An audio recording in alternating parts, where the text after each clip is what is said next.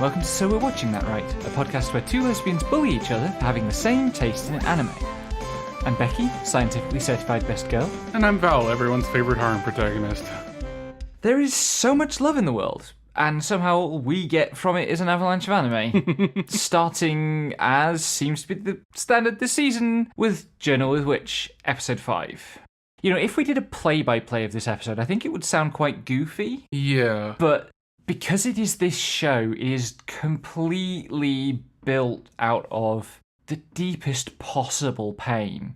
Like, the central theme of this episode is that Asa cannot take Makio at her word about how permissive Makio is trying to be. Mm-hmm. Like, she asks Makio if she can dye her hair. And Makio says, of course, you don't need to ask me for that.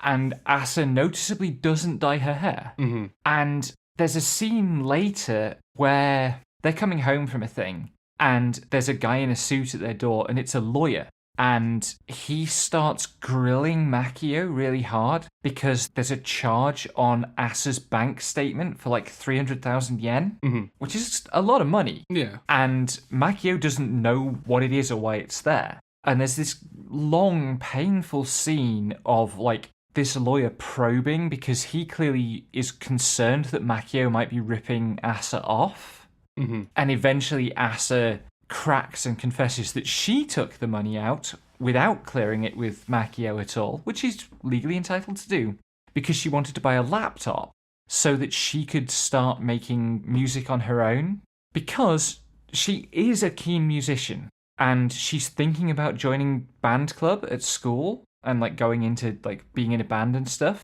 And she can't believe that Makio will let her because she's so used to the control her mom exercised over her life. Like, to the degree that I'm pretty sure Makio did say, yes, you can join the band club, but she just didn't believe her. Yes, exactly. I mean, Makio was the one who suggested she joined a band in the previous episode. Yeah. And like, it's clear that Asa is serious about music in a way that really hasn't come across in the show so far. I mean, so far we've been dealing with her, like, trying to process a lot of stuff. Mm. And it's kind of like that period in any bit of someone's life when they're grieving that, like, you need to work through some stuff before you can get back to the normal feelings and normal interests. For sure, but like, there's an archetypal musician storyline that's about them turning to music in their grief, and she very much doesn't do that. Because she hasn't been allowed to. Yeah, sure, but No, like, I mean, like, specifically, her mother wouldn't have let her do this. yes. And thus she hasn't realized that's an option, and thus she hasn't. Yeah, that's why it hasn't come up so far, but like, this episode does a very good job, without belaboring the point, does a very good job of establishing her interest in music. We've seen that she's a good singer. We learn that she was in the school choir, which her mum signed her up for the moment she demonstrated even a shred of interest. But also, like, there's a little flashback of her watching a band she likes perform on TV, and her mom asks her if she's watching them because she fancies one of the boys in the band. And it's clear that she doesn't. Also, in an extension of that flashback, she's talking to Emery, and Emery does say, you know how I prefer girls? And like, in context, she means like female pop stars, right? She's into female idols. And I know that I project this sort of thing a lot. I am sure that it is set up that way specifically to drop that line at that point. Yeah. They might not actually build on that at all in the show, but it's there for a reason. Anyway, later, Asa watches this band with Makio, like on TV again, and she's talking with a level of detail that is pretty rare for teenagers who are into music, I feel, about which parts of the song she likes and the particular section where the bass line does a thing she likes. And yeah, I guess it's going to be a band anime now. Fucking gonna die, I guess. Rip me. The other major thing that happens this episode is that Asa's grandma, Makio's mum, gets in touch because Asa and her mother, whose name is Minori, that might be the first time we've heard it, I'm not sure. But like Asa and Minori used to visit grandma quite often, and Grandma wants Asa to come over and see her again. So we get this visit to the Grandma's place. And it's clear that Grandma has not handled her family kind of leaving terribly well. Like, she's still living in this house that they grew up in. And a lot of it's unchanged or undisturbed, hasn't been cleaned regularly. And Granddad has passed away. Both the girls have moved out. And Makio comments that Grandma has turned snide as she aged. Like, the way she communicated has changed from being caring to being nasty to, like, finding fault. Which, oh, God. resonates for me. That's the thing that the women in my family do. My mum's mum did this, and my mum is doing this. But partly because of that time capsule effect, we get a direct contrast between Makio's room, where the bookcase is full of manga, and Minori's room, where the bookcase is full of textbooks. The only ones that I caught clearly, there were matching micro and macroeconomics textbooks. And there are flashback scenes of Minori bullying Makio about not having outgrown manga and stuff. And you can tell how unhappy this place was. You can tell how deep the fault lines run in this family. And you can tell the pain that it leaves behind. And as Makio and Asa are leaving, Makio kind of tries to build the bridge a bit. She's like, I know we haven't been as close as you were with Minori, but now that you're alone, if you need me, you can call me to talk. And the point about Grandma turning snide as she aged, she says, someone who's barely holding on probably can't be much help. Which is a brutal thing to say to your own daughter. And, like, Makio can't really deny it. Yeah. But, oh. Anyway, to set a slightly more fun tone, we do get another visit from Kasamachi, Makio's ex. And, like, after dinner, Asa's off doing her own thing, and Makio and Kasamachi are chatting. They're sat on the couch, and he puts his arm around her, and it's a kind of weird, awkward moment of a kind that happens with ex-partners sometimes. And to, like, dispel the awkwardness, he tells her, just pretend you're getting hugged by a big dog, which is just such a good vibe. Like, known fan of big dogs, Becky. Known fan of big dogs, Becky. Known fan of men who are basically big dogs, Becky. Again, I'm forestalling you calling me a misandrist for another episode. I mean, when I'm right, and I'm right most of the time. You're banned from being right. We've been over this and over this and then over Then come get me about it. Oh, would that I could, my love. Would that I could. Let's move on to Shiboyugi playing death games to put food on the table, episode 4, in which Yuki does a Yuri. Yeah, it's pretty straightforward. And, like, there's no quibbling about her basically going, hey, I like you, to the girl she was tormenting at the end of last episode. Yeah, so end of last episode, she went back to rescue Mishiro, this, like, pompous, vaguely princess-coded girl, and was like, I will save you if you will apologize to me for being a bitch. And rather than apologise, Mishiro drags herself to her feet and runs off and gets cornered by the wolf again and almost killed until Yuki saves her. And at that point, Yuki does say to Mishiro that she likes her. And it really is a confession. And then at the end of the episode, after they've gotten out, Mishiro is in a car being driven back to base or whatever by her agent. And she's throwing a full-on princess tantrum. Like, thrashing around and kicking and screaming and swearing revenge. Yeah, it's really funny. She's just like, hey, do you mind if I vent a little? And then she just has a full meltdown in the back of the car. So good. I know a whole server of writers who are so into that shit. Anyway, the surreality of death games as a premise. This death game ends in an excruciatingly cruel set piece where the girls have to vote out the weakest link, basically, and the weakest link will die. And yet, the death game dungeon also has gender-inclusive restrooms? It's the hire more women prison guards in anime conceits. It really is. It's just there's so much going on in this show that I don't know what needs to be commented on. It's the wildest thing. What the hell is this world? And presumably we're going to get a blank slate and another completely new game next episode because they finished this one. Yeah. We have no idea what's going on. I hope this anime runs for 50 episodes. No, it's not going to. It's 11. It's not going to, but I hope they get more seasons. Depends on the source material, I suppose. Yes. But yeah, we got 11 episodes, so we have 7 more to go. What are they gonna do? I don't know. Speaking of what are they gonna do, in the Clear Moonlit Dusk, episode 4, in which Yoi, poor girl, is realizing that she has fallen for Kohaku. And my god, does she panic about it. Yep. She gets so stressed about this. And, there's some solid drama here where she is feeling kind of toyed with because he is trying to play it cool and trying to keep up his kind of detached act. And I do have to once again apologize to you for being a bit like this when we started dating. He feels that he hasn't figured out his feelings. But when he describes them to his bros, one of them, without even looking up, goes, "Isn't that what true love is like?"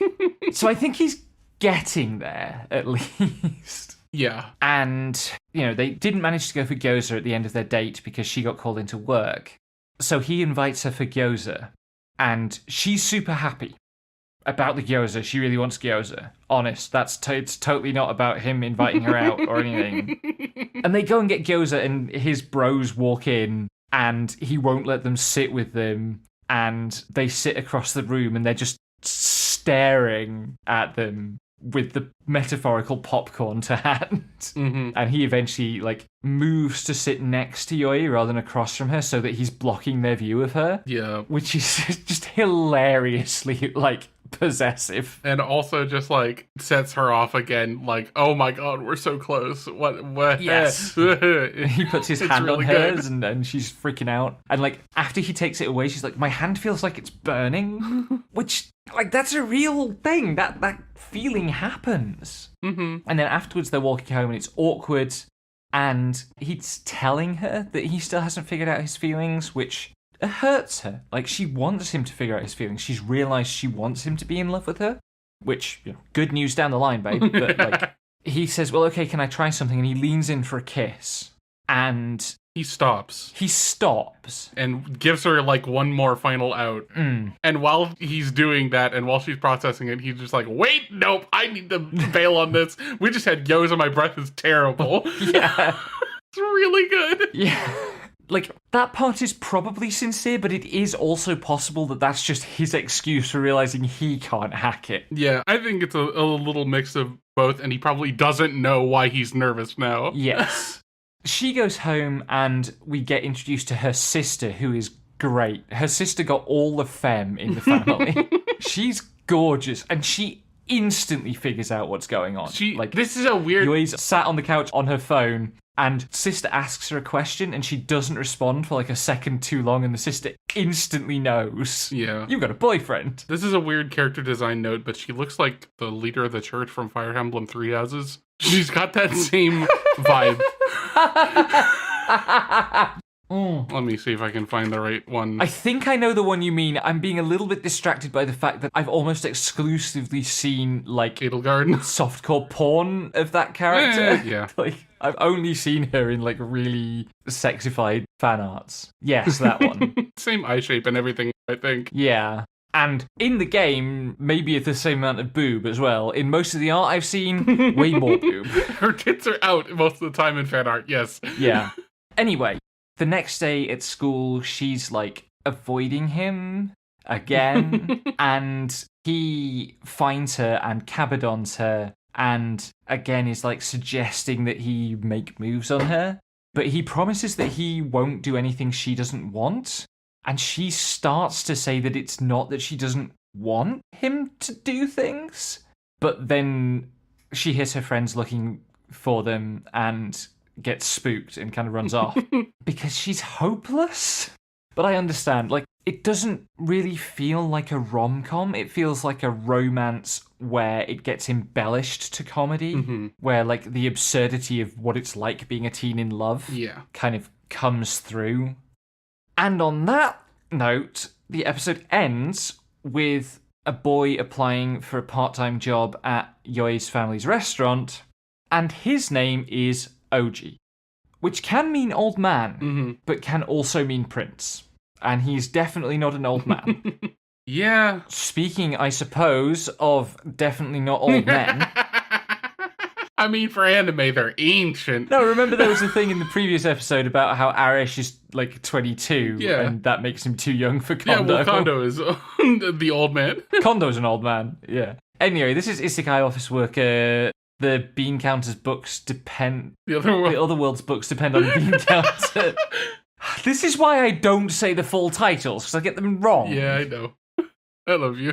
Anyway, at the end of the last episode, Kondo got jumped by some guys, and they kicked the crap out of him, and at the start of this episode, he is found battered and semi-conscious in a storeroom where they dumped him. It's that same night bodyguard of Yua's who is convinced that Kondo was stalking her before getting isekai'd, and just has weird aggro towards Kondo. I think specifically, the thing that set him off was Kondo was telling his Labrador of an underling about a bunch of bullshit. He was feeding him a bunch of bullshit about the world he's from. Yes. But he did mention that, like, teen girls will be wearing miniskirts, and that's what set the guy off, because Yua, my priestess, my saint, would never wear such revealing clothing. How dare you? Was the impetus for this little outburst. Yes, there was that. That's true.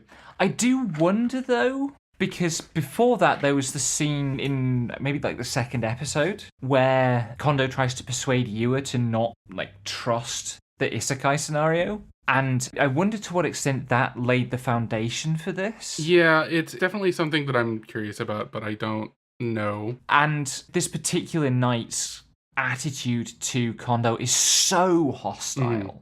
That I'm wondering if Yua is manipulating him into trying to get Kondo out of the picture because she is after Eris. Yeah. So we'll see. There seems to be a surfeit of evil isekai heroines this season, which, I mean, it's a good bit. I'll take it.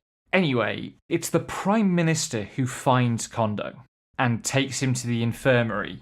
And the doc there knows about Eris's arrangement to be the one who treats Kondo, because Kondo is kind of getting accustomed to his magic because fucking. And the doc really doesn't want to explain this to the Prime Minister. But the Prime Minister is putting lots of pressure on him to help Kondo before Eris gets there. And then Eris gets there and the doc is like, okay, we'll leave you alone for half an hour so you can treat him. Will half an hour be enough? And Eris is like, no, give me an hour.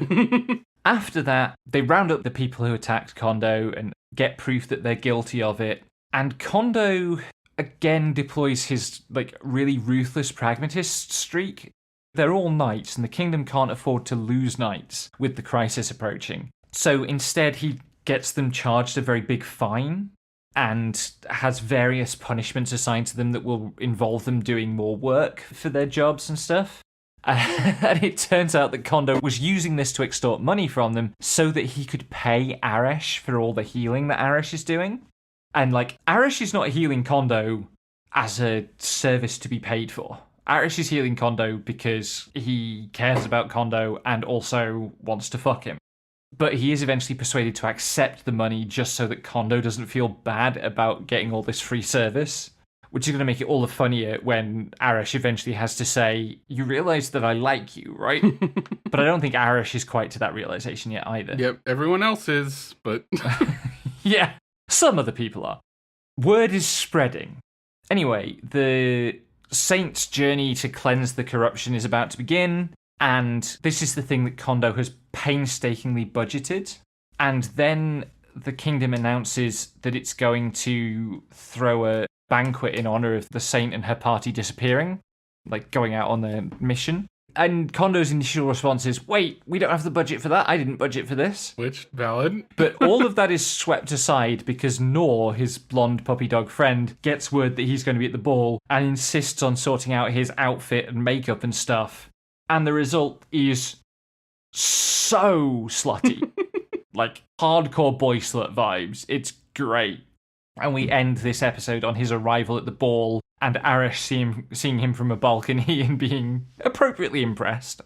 Then there is the Holy Grimoire of Eris, episode 4. That's not it. Which, it's not the Holy Grimoire. It's the Holy Grail. There are some letters in common between Grimoire and Grail. The first two. You're just thinking about Grimoire of Zero again, weren't you? It feels like it should be Grimoire. Even though Holy Grail is the more common, I can't brain. I love you so much. Do you want to change that in the notes so you don't accidentally read it out as Grimoire again? In the Holy Grail of Eris, this episode was just a pile of new characters. Yeah. New character after new character after new character. So, Connie gets summoned to... I don't even know what this group of women is supposed to be. It's sort of framed like they're official gossip cops. The Shadow Council or something. Of bitchy women. Yeah. Whose chair is Deborah Darkian. Because these names. But they're, like, grilling her about her situation, whether she's up to something bad. So they're meeting in this ominous, like, shadowy room. And then another noble lady, bursts in and just goes and opens the curtains to, like, cheery daylight outside. And it so powerfully wrecks their vibe. Because this other lady has been sent there by Randolph to save Connie from this weirdo council, who have been spreading rumours about her being up to no good. And she is literally only just getting out of that mansion when she is cornered by two journalists who are also new characters who are clearly going to be significant. And one of them has written up some of the nasty rumours in her gossip rag. And then, because all of that wasn't enough happening for one episode, Connie goes to visit the Crown Prince and Princess and is talking to the Crown Princess, and somehow we learn that someone has been feeding the Crown Princess a contraceptive, which is why she's not been able to conceive an heir. Mm-hmm. And also, part of how this is figured out is that also there's a kidnapping ongoing of like a 9-year-old prince of the family, I think. And because Connie is getting too close to the truth, there's an attempt to kidnap her by swapping the coachman of her carriage once she's gotten inside. But Connie remembers the code phrase that the orphans taught her, that had been taught to them by the dead lady they investigated a couple of episodes ago. And she says it to the coachman, and he clearly turns violent in some way that we haven't had time to fully unpack yet. Mm-hmm. But this episode ends with a gunshot going off. Yep. So that's fine, I guess. I'm sure it'll be fine. We have episodes left. I don't know how many episodes this is going for, but we have episodes left. Yep. Something that is entirely more comfortable to watch is The Invisible Man and His Soon-to-Be Wife, episode 4, which starts with an arc about a client who is also invisible, and we get to see Tonome interacting with another of his species. They are referred to in the English localization as a species, and the situation facing this invisible client is that the deputy CEO of her company, who is a frog, has accused her of robbing from the company's safe, and is basically exploiting racism and fear-mongering against invisibles to spread this lie and set her up. And there is a kind of half-hearted effort at like a jealousy plot with Shizuka and Tonome and this invisible lady having a good dynamic together, and is Shizuka going to get jealous of this? But it's actually much more seriously handled than that for the most part, even though the deputy CEO is a frog. Mm-hmm. But anyway, they investigate and they catch the frog making regular cash deposits to an ATM, and they figure out that he must have done the theft from the safe, and he was framing this invisible lady to take advantage of that. Mm-hmm. And Shizuka notices how angry this makes Tonome. Legitimately, this is a legitimate allegory for racism. And Shizuka being Shizuka, she arranges for everyone in the office to have time off immediately after they finish this case. So they do, and they go camping. And Shizuka and Tonome, cuddle up and kiss for the first time, and Shizuka gets incredibly squeaky again, which is great. Mm. But the real prize of this episode is that Madaraito, Kikira's husband, that we learned last episode, they're married, tells the story of how they met. And it's adorable. It's so cute. It's so cute. Weapons grade cute. It's so good. It really is. They met in high school on their school trip, on the mountain hike part of the trip, because Kikira was kind of a jockish loner, and Madaraito was like a fat loser kid. And so he was really struggling on the way up the hill, and Kikira kept waiting for him and like did kind of get him through this trek. And then they end up sitting next to each other on the bus because neither of them really have other friends. Mm-hmm. And Madaraito dozes off. And when he wakes up, Kikira's hand is on his, and he feels some kind of way about that. And he thinks, well, Kikira is sleeping, hasn't realized where his hands ended up. And so it's like, well, for the sake of his dignity, I'll try to pull my hand away without disturbing him. And it turns out that Kikira is not asleep at all. I mean, you skipped over the bit where he goes, actually, this is fine for now, and grabs on harder. And that prompts Kikira to look over and go, oh! And then they both realize they're both awake. And then they just keep holding hands anyway. Right, yes, you're right. It's even cuter than I remembered. They're so precious, I'm so glad they get married. And then there's a final bit where they're all playing in the river, and Tonome is wearing a white t-shirt and it gets wet. And because it gets wet, it clings to his figure. And so the sighted people present can suddenly see his physique, and he's super ripped. Mm-hmm. And there's a nice moment at the end where Shizuka's talking to him, and she says, you know, it's a little bit frustrating when other people can learn stuff about you like that, which is very cute. Yeah. But it's one of those kind of thoughtful little details about how it's all playing out. In very thoughtless clothing shenanigans. That's a way to describe this episode for sure. I mean, these characters have about 3 thoughts between the lot of them to rub together. Yes. It's Hana-Kimi, episode 6, which starts with Mizuki having learned that her brother is coming to visit, rushing to the doctor's office and interrupting him in a tryst to beg him to help her get some girl clothes so that she can avoid letting her brother find out about what she's been up to. And he's like, well, why would you come to me about this? And Mizuki doesn't say this, but I was screaming it after the bit where he randomly put on a samba bikini to give her romance counseling a couple of episodes ago. He doesn't get to complain about this. Yeah. And sure enough, he comes through for her because he gets his sister to loan her some clothes. His sister is kind of a big fan of what Mizuki's up to. Yeah. Mizuki's brother shows up, and he's a shit. Like, it's played for laughs in a way that you can tell is part of the problem with the age of this manga. Yeah. But, like, what he actually is a slightly incestuous, creepy, controlling older brother kind of figure. But it's played for laughs because he's a goofball. And there's this really confusing scene where he comes to the school and learns that it's a boys' school and is trying to drag Mizuki away, and Sano interrupts. And the brother definitely says things that reveal that Mizuki is a girl, which of course Sano already knows. Yeah. But Mizuki doesn't know that Sano knows. Yeah, the problem is, I think, this show and its source material are not smart enough to pay attention to the things it says. Yeah. It's just like, yeah, what are you doing at a school for boys? And, oh, hi, Sano. Like 3 seconds later, it's just like, okay. Yeah. And I think the lapse is not Sano not reacting, because Sano knows and also, I think, understands enough to not react. Yeah, it's just like, I don't know if Mizuki... It's Mizuki not reacting to that part of this. Yeah. That I think is the lacuna here. I really just don't know if that's Mizuki not tweaking it or the writer not tweaking it. Is the dilemma here. Yeah. Anyway, Mizuki's brother says to Sano, if you can't clear this jump that you're training for at prelims, then I'm going to take Mizuki back to America with me. And Sano does make the jump, which he says is not for her, but there's an implication that there is a chunk of it that's for her. Yeah. But also his rivalry with Kagurazaka, now that he's proved that he can jump in a competition again, even though he doesn't get through the prelims this time, his rivalry with Kagurazaka gets real fucking gay real fast. Again, because BL is like this sometimes. Yeah. It's also just like, all of this drama over high jump is so dumb. Like... It's so... Like, high jump is an incredible skill, and I know that high jumper athletes are serious athletes.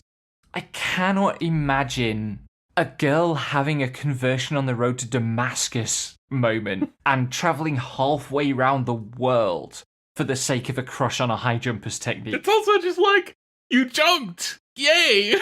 Like, if there is an aesthetic to enjoy in this high jump, they're not portraying it very well. Yes. This author needs to be more of a pervert in the interesting ways and not the whatever the fuck they're doing with the nurse. Christ. I mean, there have definitely been some pervert in an interesting way bits in this show, but also, yeah. And, like, I think this is one of those things where there's a very well-established manga visual language for making the athlete boy look super sexy as he does the athlete thing. Mm-hmm. And I think traditionally it hasn't translated well to anime. Yeah. This is a bit the problem with the Air Gear anime, is the moving images just can't replicate the feel of motion that's in the static images in the manga. Yeah. It's a different set of skills to develop a series of stationary shots that look like they were captured in motion and feel compelling to actually animating them. Yeah. It's also a case of, like, animation is harder work. Mm-hmm. Animation is more work. But they are also entirely different skill sets. Yes. Speaking of things that are entirely different, how's that for a segue? You and I are polar opposites, episode 4. So, summer is coming up, and Suzuki is really excited about going to a festival with Tani, but she has to pass finals first. And she's not thrilled about this, but also, it's clear that actually she's a pretty good student. Mm. Like, the fact that she's a gyaru and a, like, skrunkler doesn't make her an airhead. She has airhead friends who, like, leech off her all the time. But I think it's really nice that she's not just a bimbo. Yeah. Goober, but not bimbo. Yeah. And they end up doing a study group, and Tani doesn't come to the study group, but they go to study in the library so that he can kind of be there as well while he's doing his library shift. And lots of hijinks happen in that scene, which I think we'll probably come back to later, because one of the couples that's going to be established, I think, was getting established in that scene. Mm-hmm. But mostly in this episode, it's about how happy Suzuki is that Tani is starting to be a part of her friend group. Yeah. As well as her boyfriend, which is, it's very sweet, and it's very sweet that she's noticed that it's happening. Like, underneath all the goobery, this is a very perceptive show about teen romance. I mean, I at least kind of took that was going to be the case when it started the way it did, where like Yamada was just like, "Oh, I fucked this up for you. You need to go tell him about your feelings, like right now." Mm-hmm. And that's how the confession happened. And this is like, okay, that's a good start. Mm-hmm. If even the really dumb guy is just like, "Oh, I'm being communicative right now. Go." Yeah, the himbo. Anyway, we wrap that up. And there's a sequence that starts with Suzuki saying, "I'm usually super chill, but..." And it's like, no, you aren't. There's nothing chill about you, girl. You are bouncing off the walls constantly. But the thing that she is being not super chill about in this case is there's a new convenience store near her house. Mm-hmm. And they've sent around vouchers, and so she's going to use some of the vouchers. And outside the place, she runs into Yamada, and she's in scruffies. She's in, like, old gym shorts and a t-shirt, and she has her hair up in a headband. And he gives her shit about her look, and she's like, "Well, I don't care. Nobody I care about is going to see." And then they go into the shop, and Tyra, who we met last episode, is the clerk. And he explains, like, this shop is close to school, but it's a long way from where he lives. And he explains that he wanted a job that wasn't going to get him spotted by anybody who knew him in middle school. Because as established last week, he was a kind of chuny loner in middle school. Anyway, they buy some stuff, and then they go outside, and Watanabe, the other airhead, the girl, shows up, and she's on a motorbike. I thought it was a scooter. It's actually a bike. And they do a bunch of, like, goofy cops and robbers and like, gangster movie bits. And Watanabe also roasts Suzuki about her outfit. And she's saying, "Oh, it can't match. It's not like Tani's going to show up." And then he shows up immediately. And she flees, and he eventually catches up to her. And he's a bit bothered about the fact that she's running away from him because of how she looks. And she's a bit bothered that he says he's not bothered about her looks, which I thought was good.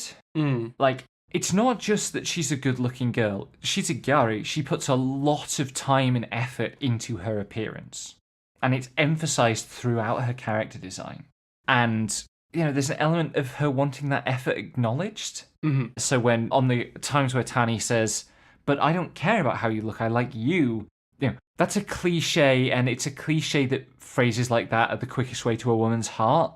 And, sometimes girls do actually want to know that they look nice. Mm-hmm.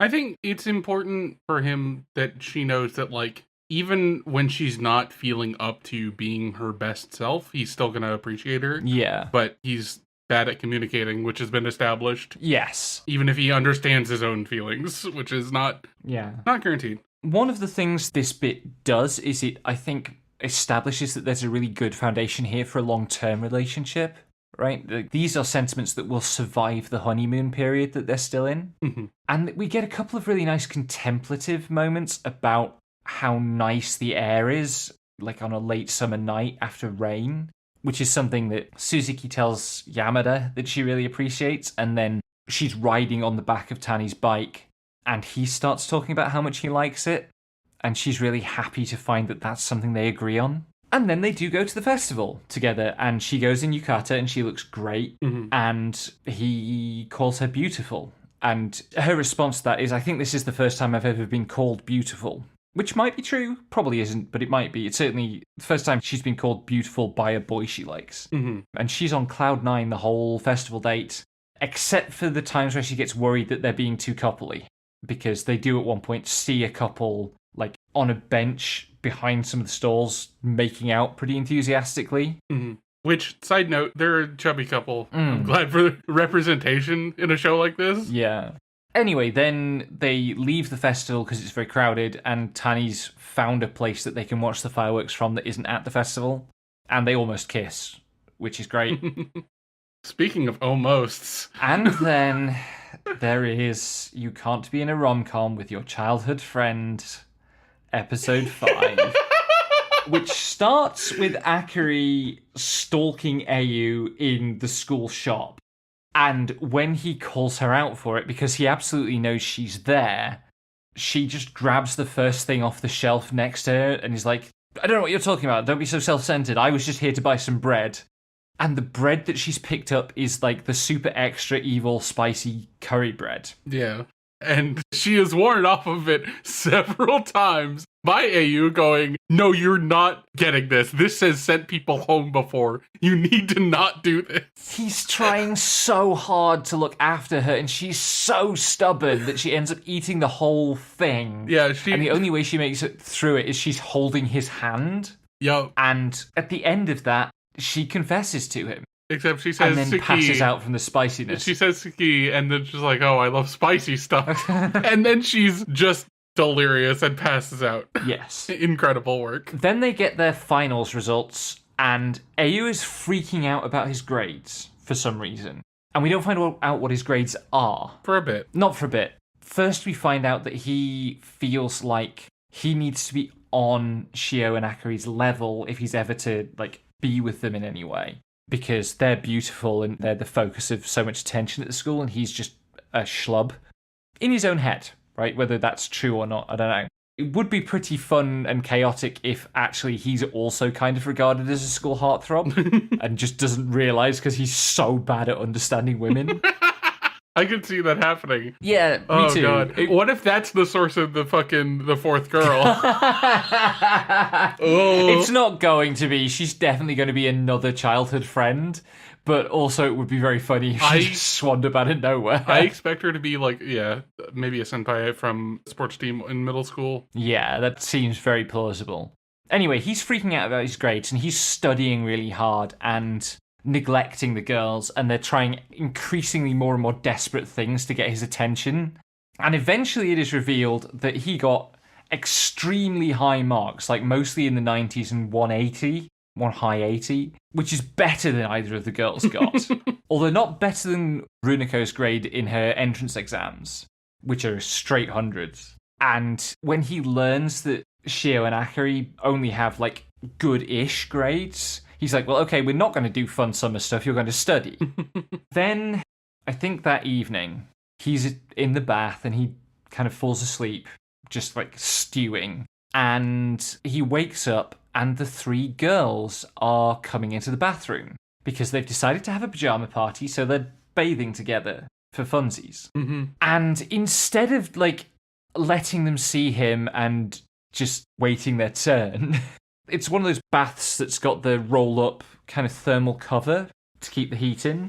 And he pulls the cover up over himself and just hides. Yeah. And thus gets to listen to the girls talking.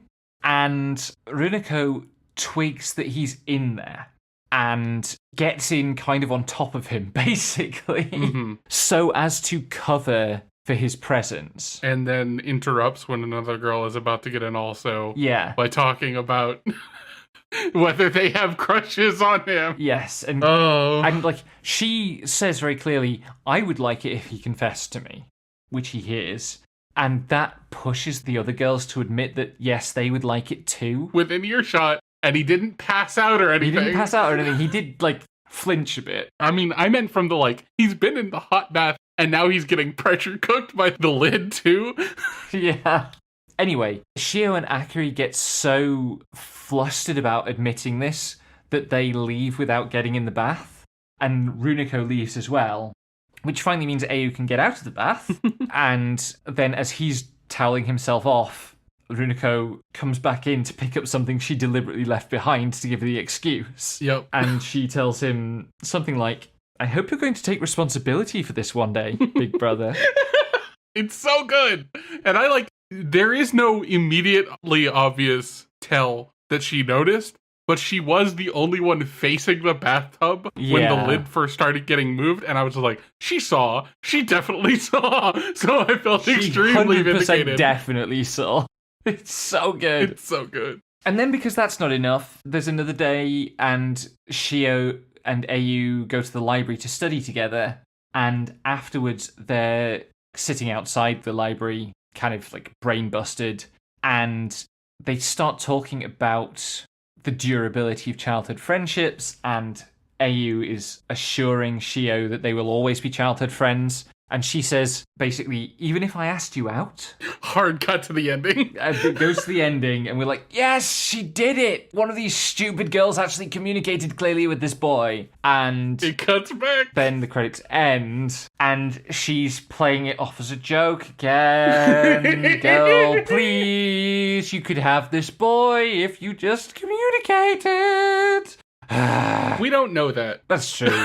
Because Runako did confess to him, and she's just like, it's fine. She doesn't mean it. She meant it like something else.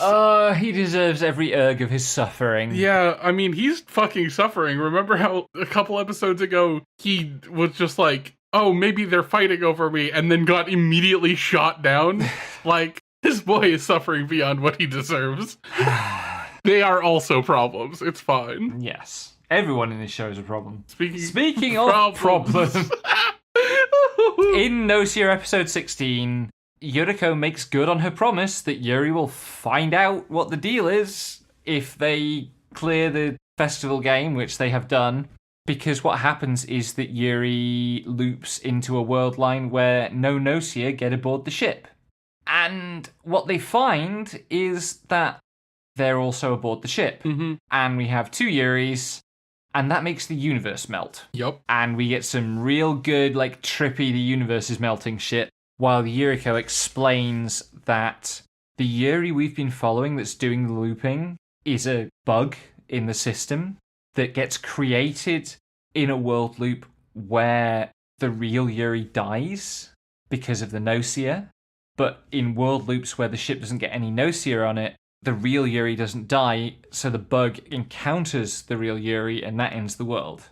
And this turns out to somehow be a scheme, or related to a scheme, of the, like, god AI Gnos that the cult that Yuriko's in has created by uploading a bunch of humans to the cloud. Mm-hmm. And Yuriko thinks that Gnos created Yuri somehow as an experiment to determine whether human life is worth preserving, or whether it would be better to enfold all human life into Gnos so that it could be organized and not chaotic and not cause pain. Mm-hmm. So it feels like the rest of this is going to be about Yuri trying to prove that human individuality is worth it. You say that, but the episode ends with them starting at the same loop, encountering themselves again, and the world imploding again. Yes. And the ending is corrupted. Yes. So who knows whether they'll get out of this loop or if something is going to go extra wrong. Yeah, I guess we'll find out. Mm-hmm. Anyway, in The Villainess is Adored by the Prince of the Neighbouring Kingdom, episode 4. So last week you made a joke about Isekai PvP. Mm-hmm. That kind of happens this episode. I mean, I wasn't joking. I wanted more of that because that's a good premise, but it took 4 episodes to get there, apparently. And it really only lasts this episode. It's the climax of the first arc.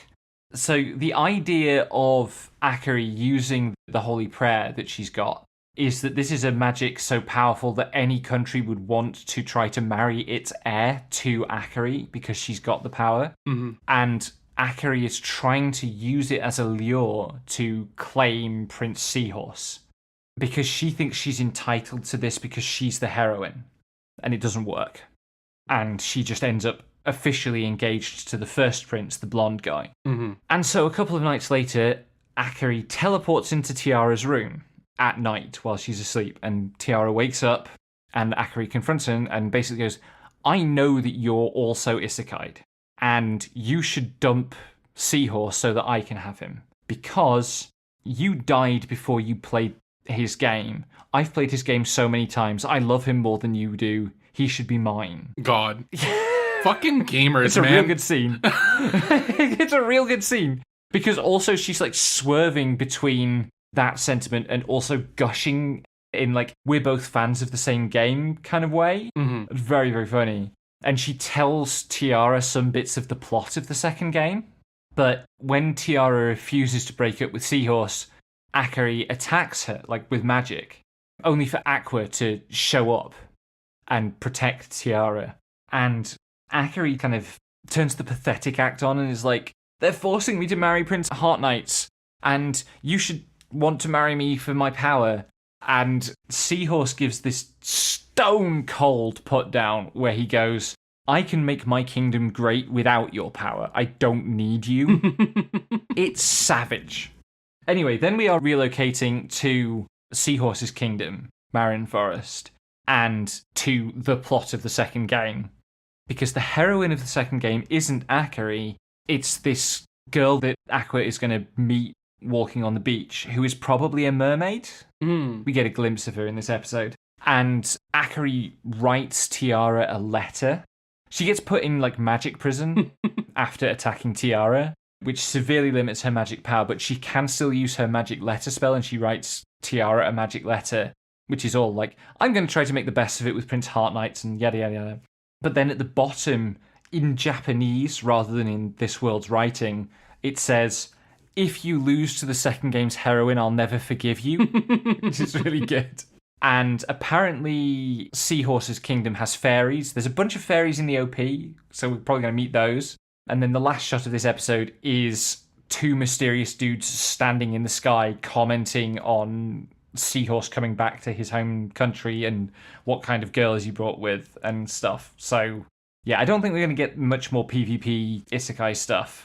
Although I'm assuming that the mermaid girl is also going to be an isekai. That would track with the premise. Yes.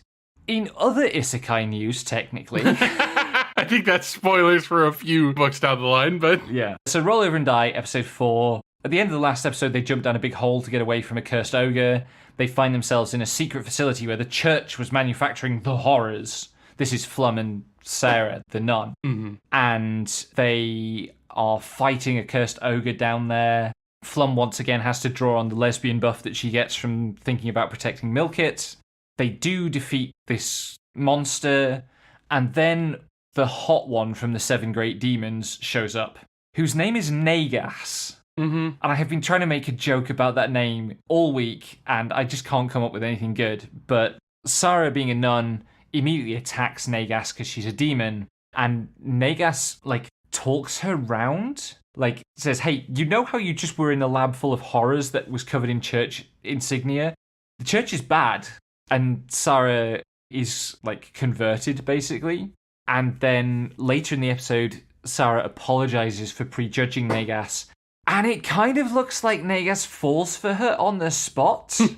Like, she gets kind of blushy. It's great. Also, this is a weird call out for me, but there's a demon design that is really popular. Yeah, it's from Yu-Gi-Oh! Of course it is. So there is a character from Yu-Gi-Oh! That I have seen a shit ton of fan art for that is kind of the basis for the demon designs in this one, this is Astaroth from one of the sets. Yeah. And it's just like, I've seen art of this specific demon archetype of blue with black sclera and yellow irises for decades now. Yeah. And it's weird that I have not seen specifically like this strain of demon in more anime, but I guess if that's like really Yu-Gi-Oh, sure, that would make sense. Yeah. But like, I've seen art of this character specifically and other demon girls designed like her fairly often because it's a really good look.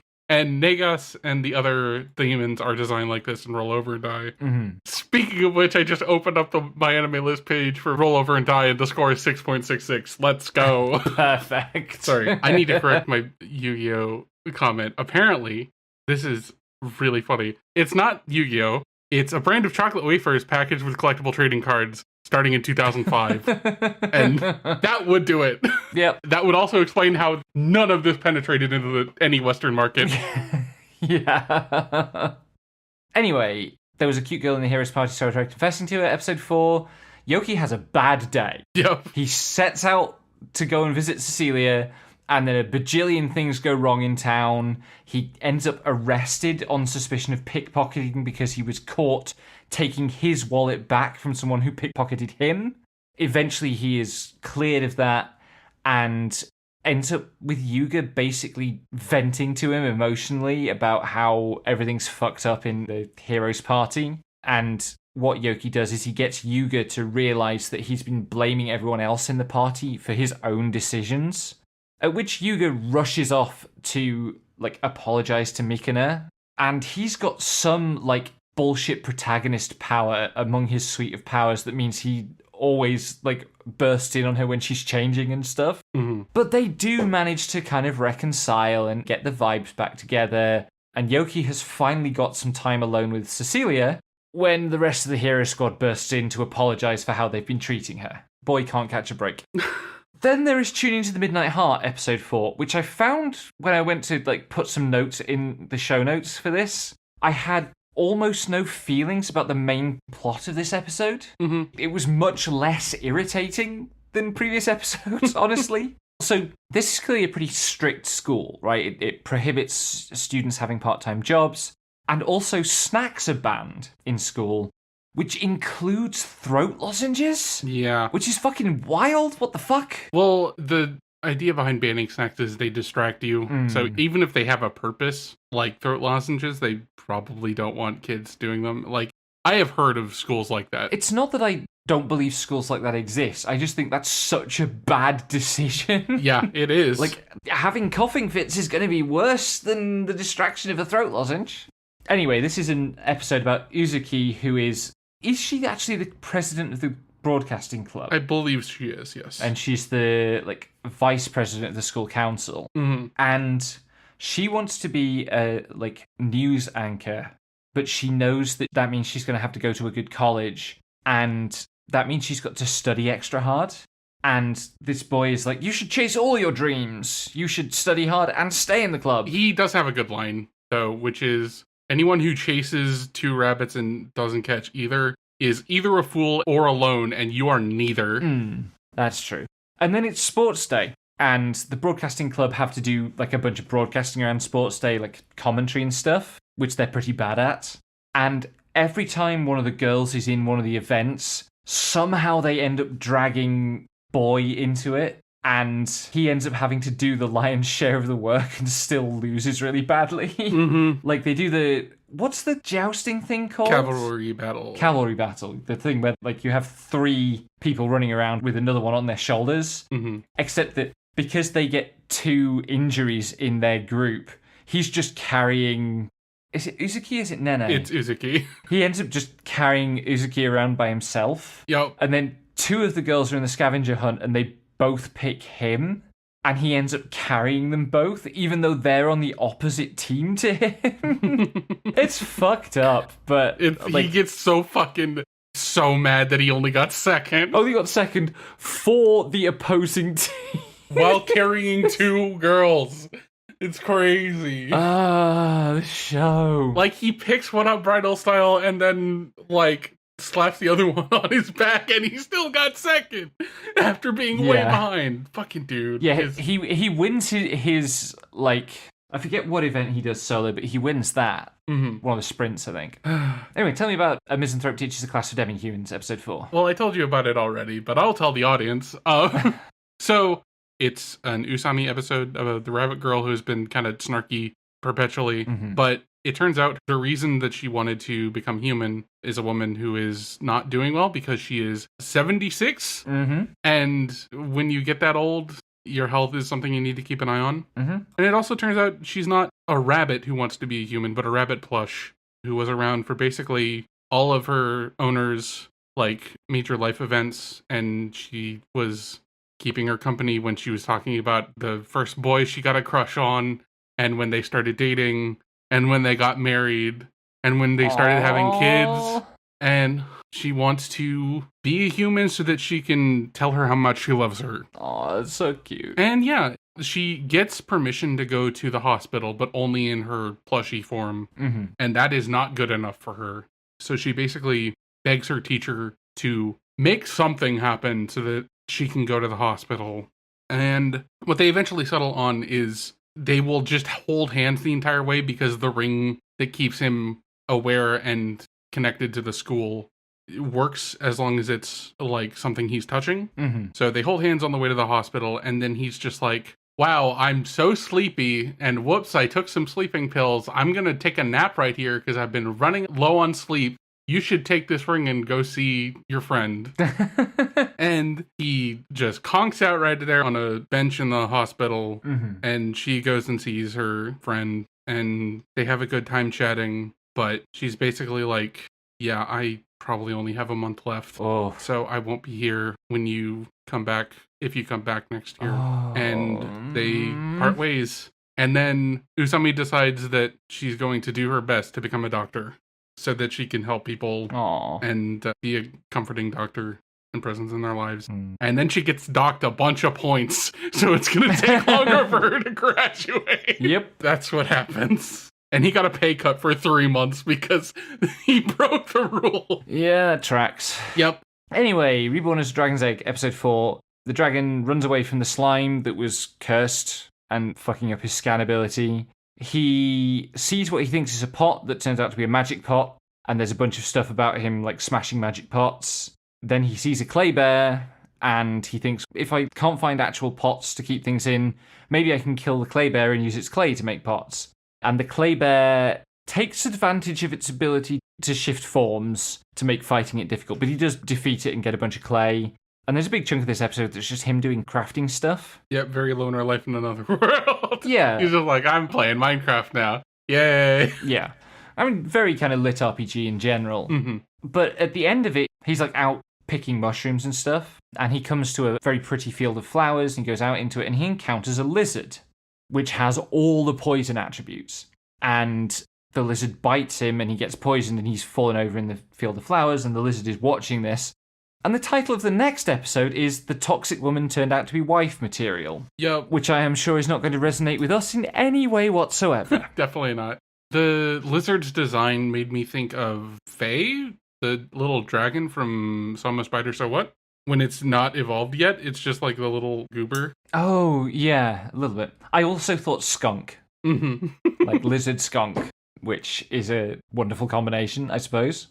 Am I really going to do, speaking of wonderful combinations? No, I'm not. Does it count if you lose your virginity to an android? Episode 4. Tsuda is still refusing to register ownership of Nadeshiko. In this case, it's the excuse she gives is she sees her as too human. And, like, Nadeshiko is bothered by the fact that Tsuda won't register, because it means there's a bunch of stuff they can't do. But Nadeshiko asks for a kiss, and once Tsuda starts kissing her, she can't stop, and they go all the way. And then Nadeshiko, quite rightly, asks Tsuda to reciprocate, and Tsuda's about to, and then she goes, wait, if I finger you, then that's going to count as registration. I'm not doing that yet. Which is like, get your girlfriend off, you coward. There are other reasons to not finger her, but they haven't revealed them yet. Oh, I see. I've read most of the manga. It's a lot. It is fun that we got some like actual plot this time. Mm-hmm. Like, stuff happened. Speaking of stuff happening, we watched the last 3 episodes of A Wild Last Boss Appeared, which you'd watched episode 10 before. Yes. And we've talked about episode 10 on the show before. There are a bunch of big reveals about the nature of the world, and they're not in the game, they're in a novel based on the game and stuff. But episodes 11 and 12 you hadn't seen, and these are about the Isekai hero that's been summoned to this world, who, a party is assembled for him by the kingdom that summoned him, including, like, the great swordsmaster of the kingdom, who is a big cat, who refuses to speak the human language and only speaks in cat, and periodically interrupts lessons to chase mice. And rules! He's so good, I love him so much. Yeah. Anyway, the hero and his party take 3 steps outside their, like, home city, and Lufus and the Demon King both show up, like, right there, and have a fight that, like, tears up the countryside for miles around, and has amazing boss fight music, like fully Blue Dragon staring down eternity core butt rock nonsense. And there's more reveals about this being a story, and Lufus is apparently still limited by the rules of the story, and we find out that everything's ruled over by a goddess, Venus. Hello, Venus. There's a different... Sorry, that's right, yes. Dina is masquerading as Venus. Because the demon, like, generals are named after the planets. Yes. And then the actual goddess is called Aloe Venus, which I thought was a skincare product. But, yeah, so there's this puppet power that is clearly part of the deal with what's going on with Dina. Clearly, she says, it's hinted at, well, it's something you can infer. Nothing clear has been stated about whether that's what's going on with Dina. Anyway, in the final episode... they finally get their shit together to go to find Parthenos, who's the next of Lufus's former allies, to meet up with, who is guarding Lufus's homeland, having expelled all the people from it and set up a magical barrier. And they go in, they find Parthenos' house, they knock on the door, and Parthenos isn't there. Instead, there's a character called Virgo who is claiming to be Parthenos' granddaughter, and tells them that Parthenos waited diligently for them to come back for 199 years and then died choking on soup a year ago. Which, we're clearly in the next season, because this is getting another season, right? In the next season, there's definitely going to be some, like, reveals around Virgo and stuff. For now, it mostly is just played for laughs. Dina gets very mad because Virgo has the same, like, peppy, irritating younger girl vibe that she does, which is good. Dina should be irritated all the time. And then there was something about the world being built on the backs of 5, like, mega dragons, one of which is buried in Lufus's homeland, and another might be on the moon. They know where the others are, but, like, one is missing and they think it's probably on the moon. Dragons on the moon? That good Dragons note. on the moon? Good line in the notes. Yes. It's more likely than you think. And then finally, there is Season 2, Episodes 4 to 6 of the Apothecary Diaries. Quick content warning for discussion of child sex assault in relation to these episodes.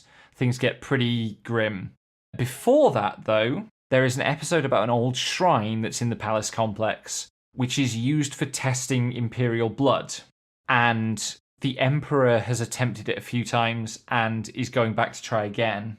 And you have to take 2 attendants with you, and he takes Jinchi and Mao Mao. I think you're allowed to take 2 attendants with you. Sorry, yes, you don't have to, but you're allowed to. And so he takes Jinchi and Mao Mao because he's figured out that Mao Mao is the brains of the outfit. And sure enough, she figures out what the deal is. But the Emperor isn't allowed to go through again immediately. And, like, there's a gag about he could marry Mao Mao and then Mao Mao would be allowed to go through. But eventually it ends up just being like Jinchi goes through, taking Mao Mao as his attendant as well. And Mao Mao has figured out that it works off of color blindness, because true members of the Emperor's line have red-green color blindness. And so we'll see, there's a bunch of painted doors, basically, and instructions to go through doors of certain colors. and Mao Mao reconstruct what colorblind people would see. And then at the end, when they've cleared it, and that confirms that somehow that Jinchi has the right blood, the true imperial blood in him, the Emperor suggests that Jinchi should make sure to add Mao Mao's blood to the imperial line, which he should. But also, it's the funniest possible way to put that. Yep. We get a brief bit about Mao Mao getting punished for scaring one of the other ladies in waiting with a lizard tail that she collected. Mao Mao getting reassigned to new quarters, but also the new quarters are a storehouse. And Mao Mao is absolutely thrilled because it's a lot more space. She can set up all her medicine making equipment, and she doesn't have to worry about being noisy at night because she's not sharing walls with anyone. Mm-hmm. So there's a very goofy sequence of confusions about why it is or isn't okay for her to be subjected to this punishment that she wants. Yep. Anyway, the serious stuff. The main thing that happens here is we get a couple of episodes about the Dowager Empress, Anshi, who is Jinchi's mother?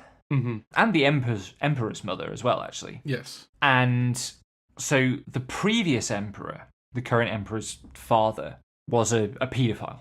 That is the way it is phrased in the localization. Mm-hmm. I dread to think. I didn't catch what the Japanese was. I dread to think what it was.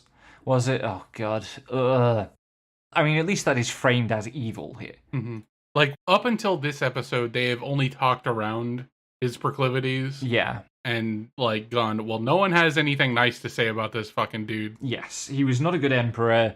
He seems to have been, repulsed by adult women. Mm-hmm. And Anshi, this now Dowager Empress, was sent to that emperor as concubine as an underage girl. I mean, she's sent there to assist someone else who is sent there as a concubine. Right, yes. But when he rejected her, Anshi was the first one to be time to shoot my shot, I guess. Yes. And, eventually she becomes pregnant and she bears him, the emperor, the current emperor, as a son. And she is young enough when that happens that it's a very serious kind of medical emergency when she's giving birth. And that's what Mao Mao's adoptive father was brought into the palace to handle, I think. Yes. And in order to do that, he had to be made a eunuch. Huge, horrible shit there. But what I think this episode does well is that it's very clear that Anshi has these very complicated feelings about this man who abused her. Mm-hmm. And he did abuse her, absolutely. But also, she gets very jealous of the abusive emperor moving on from her when she becomes an adult.